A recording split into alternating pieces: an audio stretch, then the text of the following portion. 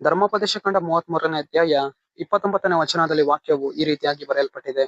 ನೀವು ಯೆಹೋವನ ಅನುಗ್ರಹದಿಂದ ಜಯವನ್ನ ಹೊಂದಿದವರು ಎಂದು ವಚನವು ಬರೆಯಲ್ಪಟ್ಟಿದೆ. ಅಂದರೆ ಪ್ರೀತಿಯುಳ್ಳ ದೇವ ಜನರೇ, ಕರ್ತನ ಆತ್ಮನ ಈ ಮುಂಜಾನೆ ವೇಳೆಯಲ್ಲಿ ಆತನು ನಮ್ಮೊಟ್ಟಿಗೆ ಈ ರೀತಿಯಾಗಿ ಮಾತನಾಡುವವನಾಗಿದ್ದಾನೆ. ಏನೆಂದರೆ, ನೀವು ಕರ್ತನಿಂದ ಜಯವನ್ನ ಹೊಂದಿಕೊಂಡಂತಹ ಜನರು, ನೀವು ದೇವರಿಂದ ಜಯವನ್ನ ತೆಗೆದುಕೊಂಡಂತಹ ಜನರು ಎಂದು ಆತನು ನಮ್ಮೊಟ್ಟಿಗೆ ಈ ರೀತಿಯಾಗಿ ಮಾತನಾಡುವವನಾಗಿದ್ದಾನೆ. ಪ್ರೀತಿಯುಳ್ಳ ದೇವ ಜನರೇ, ಕರ್ತನ ಆತ್ಮನು ಸ್ವತಃ ನಮ್ಮೊಂದಿಗೆ ಆತನೇ ಬರುವವನಾಗಿ ನಮಗೆ ದೇವರ ಆತ್ಮನ ಏನ್ ಮಾಡುವವನಾಗಿದ್ದಾನೆ ಅಂದ್ರೆ ನಮ್ಮ ಜೀವಿತದಲ್ಲಿ ಒಂದು ಜಯವನ್ನ ಅನುಗ್ರಹಿಸುವವನಾಗಿದ್ದಾನೆ. ನಾವು ಮಾಡುವಂತಹ ಕೆಲಸ ಕಾರ್ಯಗಳಲ್ಲಿ, ನಾವು ಹೋಗುವಂತಹ ಮಾರ್ಗಗಳಲ್ಲಿ, ನಮ್ಮ ಜೀವಿತದಲ್ಲಿ, ನಮ್ಮ ಕುಟುಂಬ ಕಾರ್ಯಗಳಲ್ಲಿ ದೇವರ ಆತ್ಮನು ನಮ್ಮ ಜೊತೆಗಾರನಾಗಿ ಇರುವವನಾಗಿ, ನಾವು ಯಾವ ಯಾವ ಸಂಗತಿಗಳಲ್ಲಿ, ಯಾವ ಯಾವ ಕೆಲಸ ಕಾರ್ಯಗಳಲ್ಲಿ, ಯಾವ ಯಾವ ವಿಷಯಗಳಲ್ಲಿ, ಯಾವ ಯಾವ ಮಾರ್ಗಗಳಲ್ಲಿ ನಾವು ಇವತ್ತು ಸೋಲನ್ನು ನೋಡಿದ್ದೆವೋ ಆ ಎಲ್ಲಾ ಮಾರ್ಗಗಳಲ್ಲಿ ಕರ್ತನಾತ್ಮನು ಸ್ವತಃ ನಮ್ಮ ಜೊತೆಗಾರನಾಗಿ ಬಂದು ನಮಗೆ ದೇವರೇನ್ ಮಾಡುವವರಾಗಿದ್ದಾರೆ, ಜಯವನ್ನ ಕೊಡುವವರಾಗಿದ್ದಾರೆ, ನಮ್ಮನ್ನ ಬಲಪಡಿಸುವವರಾಗಿದ್ದಾರೆ. ನನ್ನ ಮಗನು ಒಂದು ಸೋಲಿನ ಮಾರ್ಗದಲ್ಲಿ ನಡೆದು ಹೋಗುತ್ತಾ ಇದ್ದಾನೆ, ನನ್ನ ಮಗಳು ಒಂದು ಸೋಲಿನ ಮಾರ್ಗದಲ್ಲಿ ನಡೆದು ಹೋಗುತ್ತಾ ಇದ್ದಾಳೆ,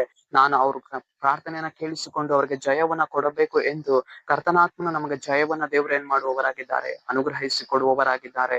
ಪ್ರೀತಿಯುಳ್ಳ ದೇವ ಜನರೇ, ಆತನು ನಮ್ಮೊಟ್ಟಿಗೆ ಇರುವುದರಿಂದ ನಮ್ಮ ಜೀವಿತದಲ್ಲಿರುವಂತಹ ಎಲ್ಲ ವಿಧವಾದ ಸೋಲಿನ ಕಾರ್ಯಗಳದೇನ್ ಮಾಡುವಂತದ್ದಾಗಿದೆ, ಮಾರ್ಪಡುವಂತದ್ದಾಗಿದೆ, ಅದು ಹೊರಟು ಹೋಗುವಂತದ್ದಾಗಿದೆ. ಪ್ರೀತಿಯುಳ್ಳ ದೇವ ಜನರೇ, ಆತನು ನಮಗೆ ಒಂದು ಜಯಧ್ವಜವಾಗಿ ನಿಂತುಕೊಂಡು ಕರ್ತನು ನಮಗೆ ಜಯವನ್ನ ಅನುಗ್ರಹಿಸುವವನಾಗಿದ್ದಾನೆ. ನಾವು ಯಾವ ಯಾವ ಸಂಗತಿಗಳಲ್ಲಿ ಸೋಲನ್ನ ನೋಡಿದ್ದೇವೋ, ಕಣ್ಣೀರನ್ನ ಇಟ್ಟಿದ್ದೇವೋ, ಪರಿಸ್ಥಿತಿಗಳು ಮಾರ್ಪಡ್ತಾ ಇಲ್ಲ ಅಂತ ಹೇಳಿ ಎದುರು ನೋಡ್ತಾ ಇದ್ದೇವೋ, ಆ ಎಲ್ಲಾ ಸಂಗತಿಗಳಲ್ಲಿ ಕರ್ತನ ನಮ್ಮೊಟ್ಟಿಗೆ ಇರುವವನಾಗಿ ಜಯವನ್ನ ಆತನು ಏನ್ ಮಾಡುವವನಾಗಿದ್ದಾನೆ, ಕೊಡುವವನಾಗಿದ್ದಾನೆ.